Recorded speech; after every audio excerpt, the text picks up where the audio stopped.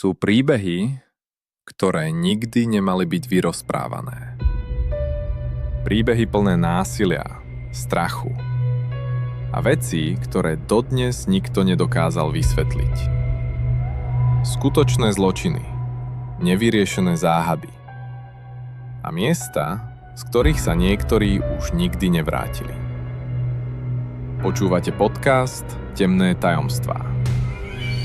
Upozornenie.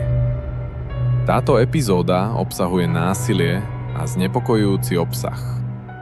Nie je vhodná pre poslucháčov mladších ako 18 rokov a citlivé povahy. Po tom, čo unikol z temných chodieb a kanalizácie Mount Massive, začína Miles konečne nachádzať odpovede, spisy, experimenty. Meno, ktoré sa objavuje všade. Walrider. Ale čím bližšie je k pravde, tým nebezpečnejšími sa stávajú ľudia, ktorí ju strážia. A nie všetky monštrá sa skrývajú v tme. Niektoré vyzerajú úplne ako ľudia. Outlast, diel 3. Voda mu siaha takmer po kolená. A každý krok vytvára v tme zvláštne ozveny. Snaží sa kráčať opatrne. Tak potichu, ako sa len dá. Ako by aj ten najmenší zvuk mohol pritiahnuť niečo, čo by radšej nikdy nestretol. Chlad sa pomaly dostáva cez oblečenie až do kostí. Ale ešte horší je pach. Ťažký, sladkastý, zhnitý. Vzduch je ním doslova nasiaknutý. Zelené svetlo kamery odhaľuje len pár metrov pred ním. Staré potrubia, popraskaný betón a kalnú vodu. Na chvíľu sa zastaví a posvieti si bližšie. Voda nie je len špinavá. Má neprirodzene tmavú farbu. Ako by sa s ňou zmiešalo niečo, čo tam nemá byť. Potom si všimne pohyb. Niečo pláva po hladine. Malé kúsky, ktoré sa pomaly pohupujú vo vode. Najskôr si myslí, že sú to len odpadky. Ale keď jeden z nich narazí do jeho nohy, pochopí, že to odpadky nie sú. Okamžite ustúpi o krok späť. Vlny sa rozbehnú tunelom a na okamih sa zdá, že celý priestor ožil. Pokračuje ďalej, pomalšie než predtým, s pohľadom upretým dopredu. Nechce sa pozerať pod nohy. Nechce vedieť, čo všetko sa nachádza vo vode okolo neho. A potom ju zbadá. Postavu. V diaľke. Stojí vo vode úplne nehybne. Len tmavá silueta. Ponorená do tieňov. Na sekundu zamrzne, zdvihne kameru a zaostrí. Je to pacient. Stojí chrbtom k nemu a pomaly sa kýve zo strany na stranu. Niečo si šepká. Ticho. Nezrozumiteľné. Ako by sa rozprával s niekým, koho nikto iný nevidí. Stiahne sa bližšie k stene a zadrží dých. Pacient sa zrazu prestane hýbať. Ticho zaplní celý tunel. Na krátky okamih to vyzerá, ako by niečo zacítil. Ako by vedel, že tam niekto stojí. Potom sa však znovu pohne. A pomaly zmizne hlbšie v tme, až keď je preč, pokračuje opačným smerom. Tunel sa stáča a po chvíli narazí na otvorené dvere. Zastaví sa, pozrie dovnútra a okamžite si želá, aby to neurobil.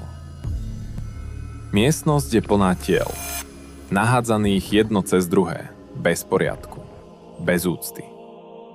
Niektoré sú už v rozklade, iné vyzerajú, ako by tam skončili len nedávno. Krv pokrýva podlahu. Aj steny. A pach, ktorý sa z miestnosti šíri, je tak silný, že sa mu okamžite zdvihne žalúdok. Rýchlo ustúpi späť. Nadýchne sa, ale čistejší vzduch tu neexistuje. Len ďalší pach smrti. A v tej chvíli si uvedomí jednu vec. To, čo sa stalo v Mount Massive, nie je nehoda. Nie je to len zbúra pacientov. Niekto toto miesto premenil na mesiarstvo a nechal ho na pospas vlastnému šialenstvu.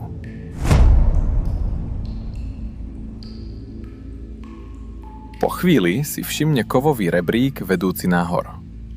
Prvýkrát po dlhej dobe vyzerá ako cesta preč z toho podzemného pekla. Na okamih sa zastaví.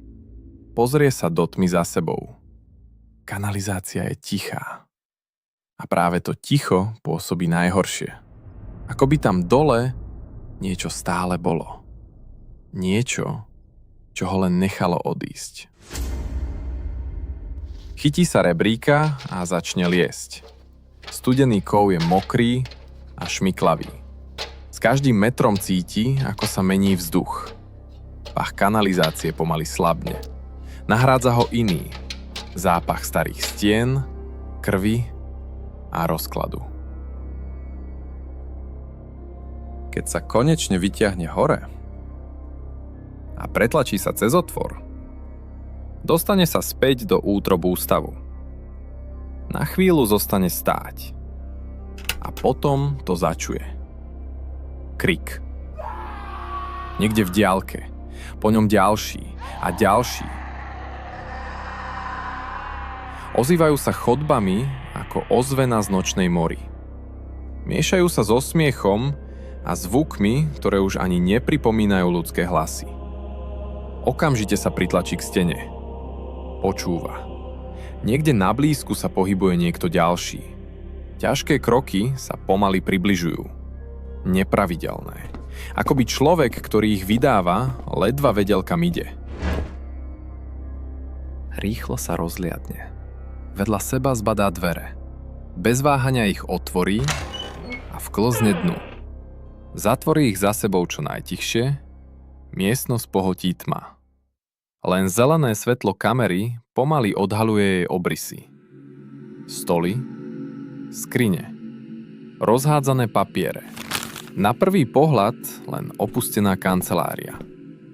Vonku sa kroky zastavia. Presne za dverami Milesovi sa rozbúši srdce a ani sa nepohne. Sekundy sa vlečú nekonečne dlho a potom kroky pokračujú ďalej. Pomaly sa vzdialujú, až nakoniec úplne zmiznú. Až teraz si dovolí nadýchnúť sa. Potom obráti kameru do miestnosti a práve v tej chvíli si uvedomí, že toto nie je obyčajná kancelária. Niekto tu zanechal odpovede. Odpovede na otázky, ktoré si kladie od chvíle, keď vstúpil do Mount Massive. A prvýkrát sa zdá, že pravda je oveľa horšia, než si dokázal predstaviť. Ale čím dlhšie sa rozhliada, tým viac si uvedomuje, že toto miesto je iné. Niekto sa sem už dávno nevrátil. Šanóny ležia rozhádzané po podlahe. Niektoré skrine sú otvorené. Iné vyzerajú, ako by ich niekto prehľadal v obrovskej panike. Pristúpi k jednému zo stolov a posvieti si kamerou na papiere. Na stole pred ním ležia desiatky strán. Niektoré sú poškodené, iné nasiaknuté krvou. A niektoré vyzerajú, ako by ich niekto chcel zničiť. Ale jedna vec sa na nich objavuje stále. Walrider. Znova. A znova. A znova. Listuje ďalej. Spočiatku si myslí, že ide len o meno pacienta. Ale veľmi rýchlo pochopí, že sa mýlil. Pacienti o Walriderovi nepíšu ako o človeku. Píšu o ňom ako o niečom, čo videli. Niečom, čo ich sledovalo. Niečom, čo sa objavovalo v tme ich izieb.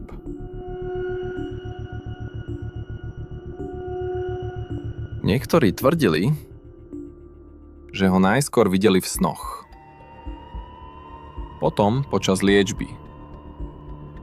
A nakoniec, aj keď boli úplne prebudení. Čím viac číta, tým je to zvláštnejšie. Rôzni pacienti, rôzne oddelenia, rôzne roky. A predsa opisujú to isté. Tmavú postavu. Niečo, čo nemalo pevnú podobu. Čosi, čo sa pohybovalo tam, kde nemalo byť. Lekári tomu spočiatku neverili. V poznámkach sa opakovane objavujú slová halucinácia, psychóza, vedľajší účinok. Ale potom sa niečo zmenilo. Na novších dokumentoch už tie slová chýbajú. Nahradili ich iné. Pozorovanie potvrdené. Subjekt reaguje. Kontakt úspešný. Milesovi prebehne po chrbte mráz a prelistuje ďalšie stránky. Zrazu sa objaví meno, ktoré už videl predtým. Billy Hope. Celé strany sú venované len jemu. Poznámky, výsledky. Ako by bol dôležitejší než všetci ostatní pacienti. A potom nájde v spisoch vetu, ktorá ho prinúti zastaviť. Hostiteľ zostáva stabilný. Hostiteľ. Nie pacient. Hostiteľ. Ako by v sebe čosi nosil. Niečo, čo malo zostať ukryté. Niečo, čo sa nemalo dostať von. V miestnosti zavládne ticho. Také ticho, že počuje len vlastný dých. A práve vtedy sa ozve zvuk. Nie na chodbe. Nie za dverami. Priamo za ním. Jemné škrípanie. Ako by niekto pohol stoličkou.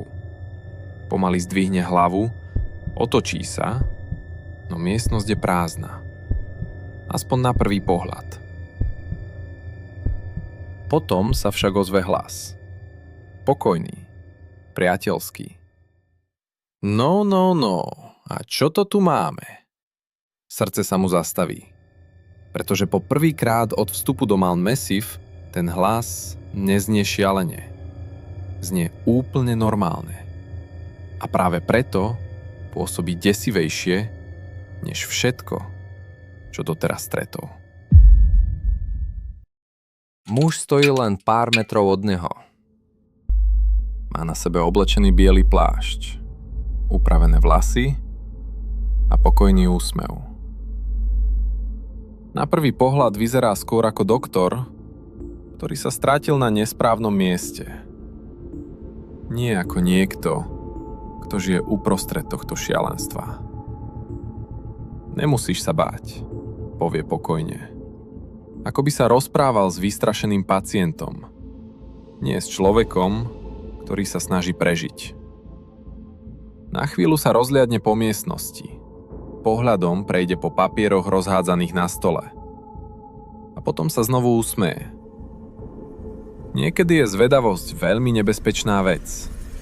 Urobí krok dopredu, potom ďalší, pomaly, bez náhlenia.